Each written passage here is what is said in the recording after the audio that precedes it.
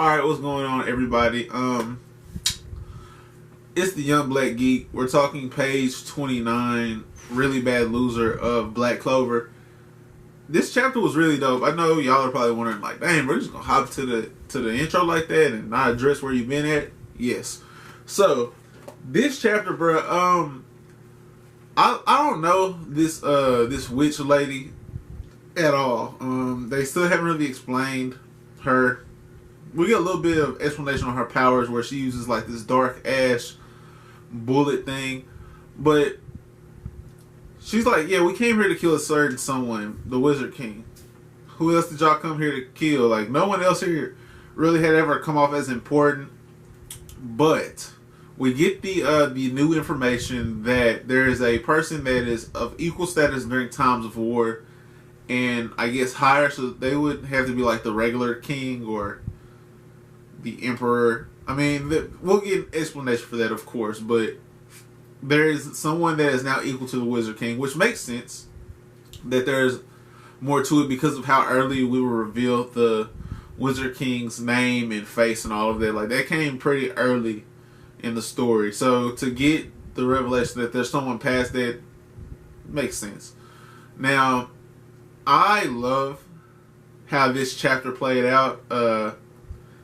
And I had kind of forgotten what was going on a little bit, to be honest. I mean, Black Clover is something that I have to really be on, like, consistently to keep my thoughts about it together. If I take a break from it, I forget what's going on, because other series plus like binge watching shows with my wife, stuff like that, it's a lot to keep up with. And I don't watch the anime for this because I'm not far enough to like escape seeing something that I haven't read yet. So I got probably like another 10 chapters before I even start the anime, because I don't want to overlap. But the Sylph's magic, or the wind spirit thing that Yuno has going on, I am a major fan of. I love the premise behind it. I love that he can't quite control this awesome power that he's come across, yet it's helping him in its own way. And it similar to like how Naruto had the Nine-Tailed Fox, had Kurama's chakra, and sometimes Kurama would just have to take over to save Naruto, and Naruto couldn't handle it, and Kurama would go out of control. But he developed like this working relationship to where now they are one. That's kind of what this reminds me of a little bit. Maybe even like maybe like Garth's sand, how the sand still comes to his aid. I don't know. It's the fact that he has this immense power and it comes from this spirit that he cannot control it. He doesn't know how to control it, but he's so naturally gifted and he's so hardworking, and he explains to everyone like, y'all doubt me because of my background, and I've given you no reason to doubt me. But I come from less than you, so you feel like I am less than you. That doesn't even really bother me. Like, I'm chasing Asta. Asta's my rival. So, that's who I can't lose to. Y'all's opinions of me doesn't matter. That's so dope, bro. That's so dope.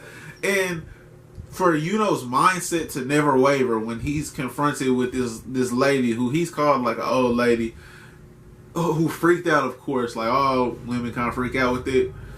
But she's like attacking and going on this rampage and explaining parts of their plan, her and Zombie Buddy. And I feel like there's got to be someone else there, because we're getting like this vibe of like, where's the Wizard King's whereabouts, and there's this other king or this other leader out there. So we've been introduced to these 3 different places within the kingdom where Yuno's fighting and where Ass is fighting, and then like where no one else is fighting yet.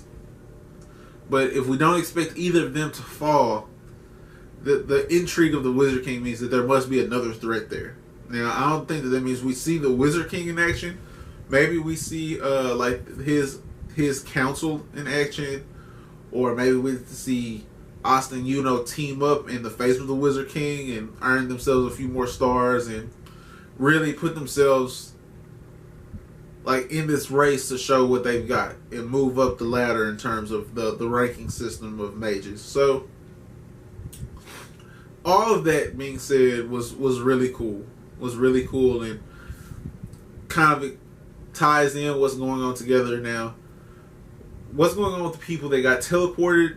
I feel like we need to see that spatial magic. Maybe it gets undone if this witch gets defeated, or maybe they all like have a transportation magic that they're using to get back to the kingdom, if they can even get back to the kingdom. But they should be heading back. They're all pretty solid in terms of their ranking. Like these are the Silvas, and a Vermilion has been taken away. Like we have some stuff that has to go. Fuego's gone, and the two sisters are both gone. They need to start finding their way back. But we didn't get any ass in this chapter, so I feel like next chapter is really going to be focused on that. Now we can take a deeper dive. So this whole time where Yuno's in flashback, and he sees that, like, the doubt. He sees the doubt that others have had in him, and not just that other people have had in him, but I'm sure he's had some doubts as well. Where he was blessed with this 4-leaf clover grimoire, and everyone freaks out when they see it, because, like, bro, that's legendary. That's such a rare grimoire that you have, and that means you must have such a bright future. But with stuff like that comes these expectations, and then he comes from so little, and he's always been gifted, but it's like, okay, am I just gifted? Maybe he does not doubt himself. That's not confirmed, but it's very easy to see where he could, to kind of get the vibe of where he could be doubting himself soon. So it's not too far a stretch to say that he has these personal doubts. And on top of that, he's now in the number 1 Magic Knight squad. He's in the Golden Dawn Magic Knight squad, and it's like, bro, they took this kid. I mean, he doesn't even really have to develop. He doesn't even have to show promise. He's in the Golden Knights. Like, everything's gonna be good. Look who they have. Look at who's leading them. We have, I think it's William or Edward, some fancy person with like one of these long names. Look who's leading them. Like, they can take their time with him. He doesn't have to be anything yet. So I'm sure that those doubts are swirling in him, and we see that in this flashback. This flashback, or it's not really a flashback, it's not long enough, but when he's affected by these bullets that are really like OP on the cool. If she was stronger, these would be way colder attacks. But the ability to shoot these random bullets that she doesn't even really know what they do. They all have a negative effect, though, a different type of negative effect where, bam, this one hits you and it affects your sense of feel. And this one hits you and now you can no longer see. This one hits you and now something swells, like your hands get swollen. Or who knows? They all have like these negative effects, and some are greater than others. But that ability hitting him, he's like, bro, like everyone that doubted me. But that doesn't matter. Like, I gotta catch ass up. And we find out the tidbit that people who have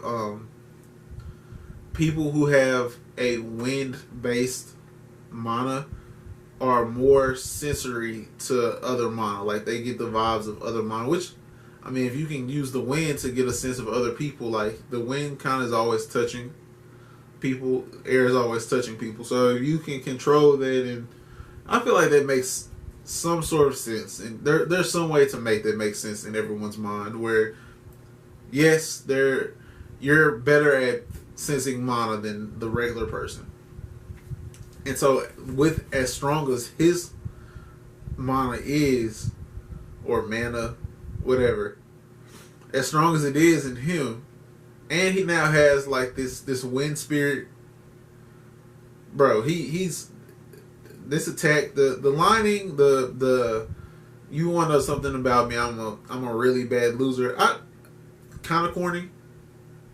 Still dope though. It's still dope because it's Yuno. Like, Yuno doesn't talk trash. So, like, if this was Yusuke, trash line. I'm cool with it from Yuno though.